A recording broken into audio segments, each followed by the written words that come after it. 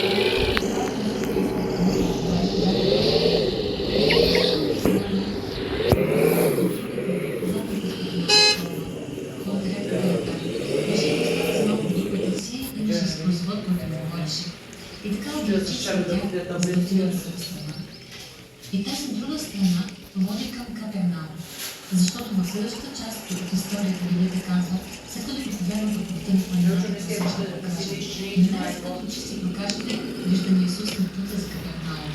Така че мястото, в което той проповядваше и където хората са били, не гледа към Капернаум. Капернаум е отзад. И така реши да се изходи в тази посока, до посока на Капернаум, който е доста голямо разстояние там. Бях съвсем сам и когато се огледах, видях нападали скали, камъни.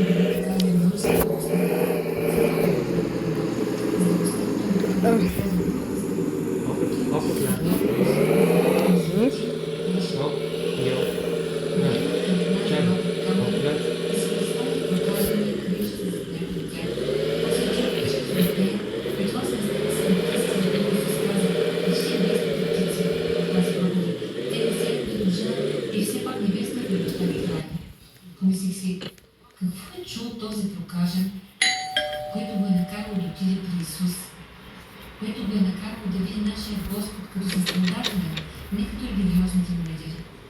Трябва да е била някоя част от проповедта, където той казва: вашият небесен баща ви храни. Не сте ли с повече стойност от тях? Какво ти да решиш, той не беше чул за човека? Имаше нямаше да има увереност в Господа. Той беше уверен, че Господ не може да го това. Но нямаше увереност, дали Господ ще иска да закупа него с него случай. Господи, ако искаш, можеш да очистиш Господ на Господи, колко да пресегне това вече да се. Той е много човек не може да постави. И сега той е човек, аз не се спазва, аз искам да чистя. И това да е много разглежда да бъде, беше да бъде. Така че той можеше да чистя тя. И следващата глава ни казва, че Исус беше вече в Капернаум. Но когато сте там, ще видите, че точно където се предполага да е. Такива неща карат да ходят и икономиката, като разбирате ли хора, когато ходим в Израел. Това са нещата, които очаквам с нетърпение. Амин. Така че сега, когато чуете, използвате да разказват тази история, защото тези, които чуят историята се звънят много сега разказват историята, но ще си представите там долу и ще прокажем. Просто понеже, че те го беше пастор, не?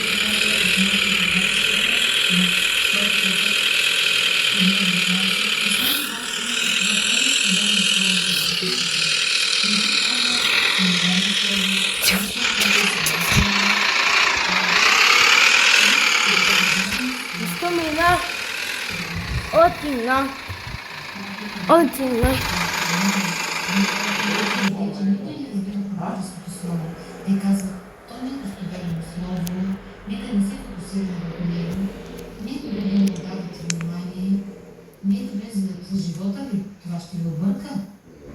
Това не е вярно, това е обратното на писанието. Библията казва, че пророчеството е по-сигурно, по-достоверно нещо. И че ще ни правите добре да не направите внимание, защото да не видите да се на това нещо, защото се е загубено и зависи да изберете сърцата ви. Ако не видите обстоятелството на съдебност, вие можете да се питате какво ще ви се случва.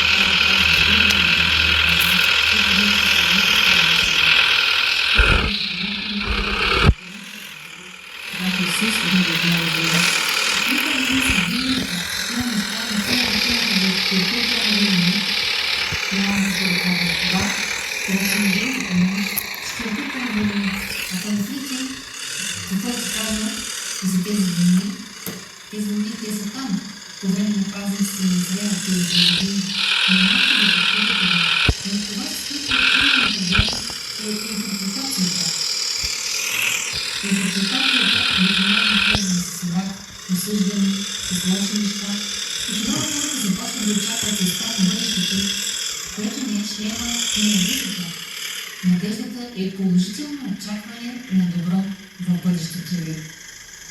Амин. Това ще се случи на Израел. Ние не сме Израел. Молим се за Израел. Ще продължават да се случват лоши неща с Израел, докато продължават да отхвърлят своя Месия. Има частична слепота пред тях. Голяма част от пророчествата са за Израел. Но църква, Преди да интерпретирате кое да е ознаменията, трябва да сте основани в такова. Римляни 9. Сега, когато сме станали праведни чрез смъртта на Христос, то със сигурност ще се спасим от Божия гняв чрез Него. С други думи, няма никакъв гняв в бъдещето ни за Божието дете, всички гняви зад вас. Само да заедно с Него за вас, Бог на този вас. Ние възкръснахте от Христос, амин, и влезтите в Христос, възкресени. Трябва да се вземете на Божието, да се вземете за вас. И не означава, че сте перфектни. Нещо не е различа. Вярно не може да ви бъде приемено. Разбирате какво казва? Смъртта е във бъдещето на невярващия. Заради да Бог смъртта е зад нас. Апостол Павел не очакваше с нетърпение смъртта, той очакваше с нетърпение грабването. Павел написа 13 от посланията в Новия Завет, ако смятате евреите, за което смятам, че е писано от него за 14. И само в две от тези, които написа, той не споменава грабването или връщането на Господа. Помислете за това. 2 от 14. 2 от 14. Това е много. Означава, че всеки път, когато Павел пише, той пишеше за връщането на Господа, ще кажете, каква е по-стър за напомня на хората, че той се връща? Приятели, в света, в който живеем днес, няма много от тази надежда. Ще кажа, това е голямо спасение. Но ако сте въведа, това е голямо спасение. Когато той се върне, ще имаме ново тяло, което няма да старява и никога няма да умира. Амин. И Библията казва в 1 Солуните 4:13-16. Не желая да ви храните в незнание, и много християни са в незнание, за онези, които са починали, тези, които са вярващи, за да не скърбите като другите, които нямат надежда. Защото щом вярваме, че Исус умря и възкръсна отново, така също Бог ще довдесне и тези, които са умрели в Исус, защото това не е толкова на Словото на Господа. Това не е как на фантазията на библейските 40 Някой казва, че Бог е радване, не е в Библията, че това е дума, използвана от няколко от 17 век. Нека ви помня това. Думата предимство също не е в Библията. Научените, думостта е, амин. Бог направи всичко от казане. Предвидното, Библията казва Елохим, е множествено число. Елоа е единствено число Бог. Елохим е три в единство. Той направи тази вселена. Тя е, учените казват, направена от пространство, време, движение. И на времето също има предимство. Минало, сегашно, бъдеще. И на пространството също има предимство. Дължина, ширина, височина. Амин. В материята също има предимство. Всичко е в тройки. Бог прави нещата. Има баща, син, свят дух. Един Бог. Бъдете Бог, баща, тяло, обналичност, моля, бъдете им прибиване, бъдете обналичност. Чувства се по този начин, но колко не днес бъдете мече, но вие сте един. Не казвам, че имате долу. Сме ли сте до тук? Той се казва много ясно, че това е слово от Бог. Правилното е слово от Бог. Думата идва от Бог, дума карпацио, изграбчо, изтръгване с сила. Едното хиляди, който се коментарите през 15 век, говори за телесно грабване, когато Исус дойде отново. Така че това не е плод на въображението на някой през 18 век. Той казва, 1 Солунци 4:15, това ви казваме чрез Словото от Господа, че ние, които сме живи и останали до Господното идване, няма да изпреварим починалите, понеже само Господ ще слезе от небето с вик, с команда, с глас на архангел, с Божия тръба и мъртвите на Христос, първо ще възкръсне. Алелуя! Следващия стих. После ние, живите, останалите, това слава каза на частичната теория, според която част от църквата ще бъде работа, част от нея ще остане. Видите ли защо? Защото те не са верни. Само тези, които са верни, ще бъдат вярни. Така ли? Така. Ще бъде Библията. Ние, които сме живи, вярващи, които са живи, повярват на грабването, което може да е по всяко време, Единственото, което трябва да направите, за да се квалифицирате, е да сте живи. Преди всичко, бъдете вярващ, после бъдете жив и после станете жив. Не се казва ние, които сме верни, ние, които се молим, ние, които сме по-святи, ще бъдем това население, ние, които сме живи, които ставаме живи. Един месец, ние се направим правилно, ние ще бъдем спасени от гнява на неприятеля. Господ ще спаси, ще избави църквата си, преди да излее гнева си, 7-те години на скръб, когато Съединените щати на Европа, възродената Римска империя, има нов лидер, който се очаква да разреши всички политически проблеми на света, дори всички религиозни проблеми, и той е фалшив пророк. И Библията казва, че Европа, която някога е била под Римската империя, ще бъде възстановена. Амин. Но ние няма да го видим. Ние сме спасени от гняв. Господ Исус, когато отиде в родния си град Назарет и му дадоха свитъците си да чете, Библията казва, той разтвори свитъка точно на Исаия 61 и прочели: Духът на Господ е върху мен, да излекувам тези със съкрушено сърце, да проглася свобода за затворниците и да проглася благоприятната Господна година. И той затвори книгата. Той затвори книгата. Но ако четете Исаия, стихът там продължава: да проглася благоприятната Господна година, годината на дадената даром благодат. Там Исус спря. Но ако продължите да четете Исаия, там се казва: благоприятната Господна година, запетая, денят на възмездието от нашия Бог. Но първото му идване не беше за възмездие, първото му идване беше за благодат, дадена даром. Исус знаеше къде да затвори книгата и ние трябва да се научим как да затваряме книгата. И между благоприятната Господна година и денят на възмездието са 2000 години, каквато Лука. Слушате ли? Така че денят на възмездието ще дойде. Бог ще каже: достатъчното е достатъчно. Какво прави Айсис? Бог чака чашата им да се напълни.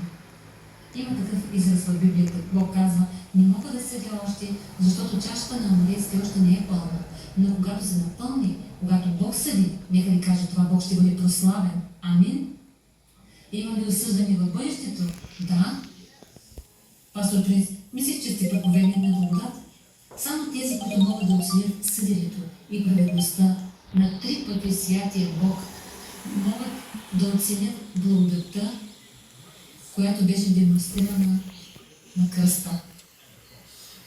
Ако няма никаква справедливост, няма никаква нужда от кръста, Бог може просто да замете греховете ни под небесния си крил и да каже: момчетка са момчета, няма цена, няма наказание, няма нищо за плащане.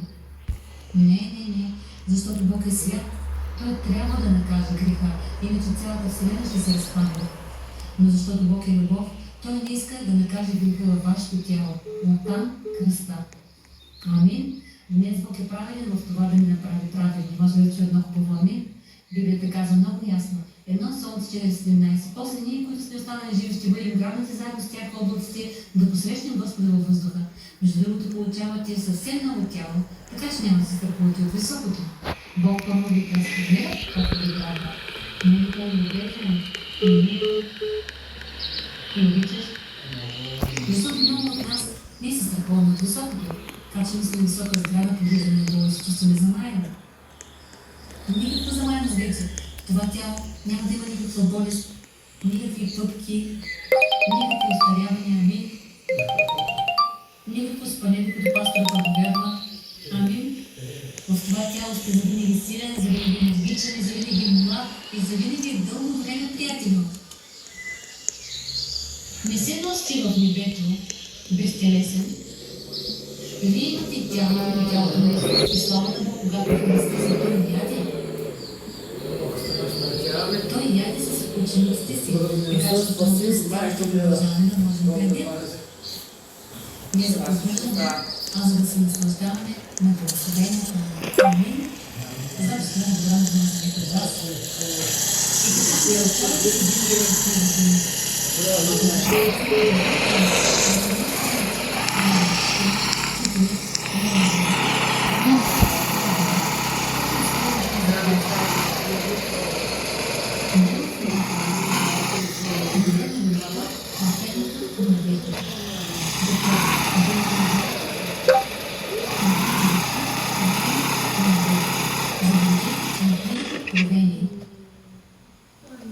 Исус даде следното послание на Ефесянската църква. Знам делото ви, но няма вяра. Знам делото ви, знам труда ви, но няма любов. Знам търпението ви. Което говори за делото, и търпението. Какво липсваше? Вяра, надежда и любов. И сега стоят тези вяра, надежда и любов, където видяните на истина. Най-важното не е какво правите и защо го правите. Че така, какво е търпението на надеждата? Когато Павел говореше за търпение, не ли ние имаш сложено едно за двете, така че Павел ти казва, има надежда, надежда. Разбира се, това е приложимо. Позитивно очакване на добро. Но повечето пъти, когато Павел говореше за надежда, това беше за идването на Господа. И църквата е ограбена от това. Ето защо потърсите близко, по-особено за този път Павел да говори за това. Вярата ли възпитка е много, любовта ви е известна, но Павел повече не спомена надеждата. Знаете какво се случва с слънците християни? Това е след едно слънце. Някой друг как им каза братята, вече се случи. Те си отказаха от надеждата. Слънце. Слушайте ми. Не. Вярвам, че църквата на Исус Христос е стигнала до мястото, където хората нямат нужда да ходят на библейско училище, за да разберат тези неща. Когато четете Библията, винаги помните, че тя е писана за три групи хора.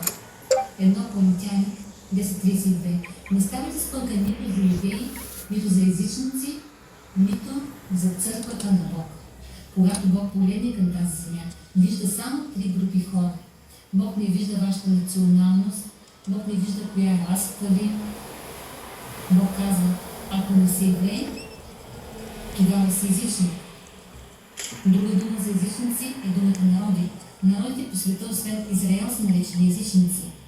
Еврей, езичник и църквата, състояща се от евреи и езичници. Затова не сме вече евреи, но сме езичници, ние сме ново създание в Христос Исус. Може да чуем по Вами, 2 Коринтяни 5:17. Каквото и да направи Бог на тази земя, помните това. Каквото и да каже Бог, например, когато в Римляни Павел казва, пиша на вас, езичници, той не пише на църквата, той казва, иначе ще бъдете отрязани. Пастор Крис може да загубим спасението си. Там се казва, иначе може да бъдете отрязани. Не, прочетете ли контекста. Той пише на езичниците. Контекста е цар. Амин. Вижте какво казва Исус в Лука 21. Между другото, ако мислите, че пророчествата не са важни, знайте, че един от най-дългите отговори, които нашия Господ някога е дал на въпрос, беше този въпрос. Исус каза, виждате ли този храм, храма на Или по това време? Камък върху камък няма да остане, който да им бъде силен. Той вървеше с свещените си, защото казва, Андрей, Яков, Петър, Йохан до него и питаха, Господи, кога ще станат тези неща? Знаете, че те станаха от 70 години след Христос и после попитаха още, и какъв ти е знака за това търпение и за това на света? Това са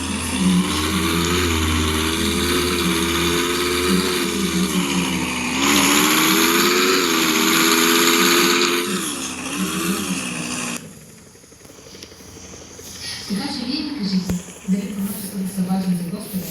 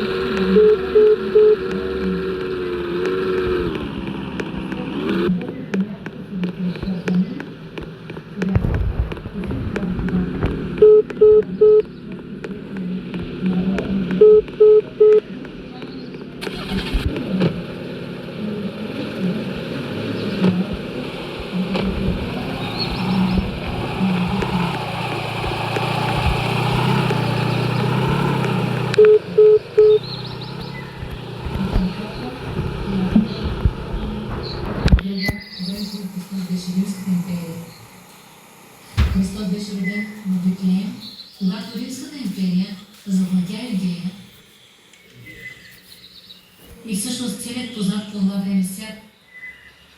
И така Исус каза: Иерусалим, столицата на Израел, градът, който Давид направи столица на Израел, ще бъде Не са минали 30 минути. Че 9. по-наскоро 16 почва. имаме турците, после британците. После се случи нещо в 6-дневната война. 30 минути вече правим видео. На 6-дневна война. Almost 28. 2 минути още. Когато Израел води тази 6-дневна война, на седмия ден Иерусалим след 2000 години беше тъпкан от езичниците, дойде обратно на ръцете на евреите. Помните ли, Исус пророкува 2000 години по-рано, че Иерусалим ще бъде тъпкан от народите, които се изпълнят войната на езичниците? Това означава ли, че пророчеството е изпълнено? Не, приятели. Днес Израел е обратен на земята си, Иерусалим е на ръцете им, и все пак те не го притежават наистина. Политически той е предмет на резки промени. Именно и все пак не го притежават излъчено, защото все още е към остатък на времето на езичниците. И какво означава днес? Много интересно. Аз че другите сега ще ни кажа добре. Не се е важно. Нека да ви кажа на Божия позиция на Божия. Божието желание не е само един народ да бъде благословен. Божието желание е всички народи по света да бъдат благословени чрез един народ, който да служи за пример на всички народи, за това колко благословен може да бъде един народ, когато го види Бог. За да може другите народи да го погледнат и да кажат: аз искам вашия Бог. И когато те видят, че поклонят на истинския Бог на небето и земята, Богът на Авраам, Исак и Яков, и те видят благословенията, за които Бог ви е благословил, те ще помислят вашия Бог. Така че Божието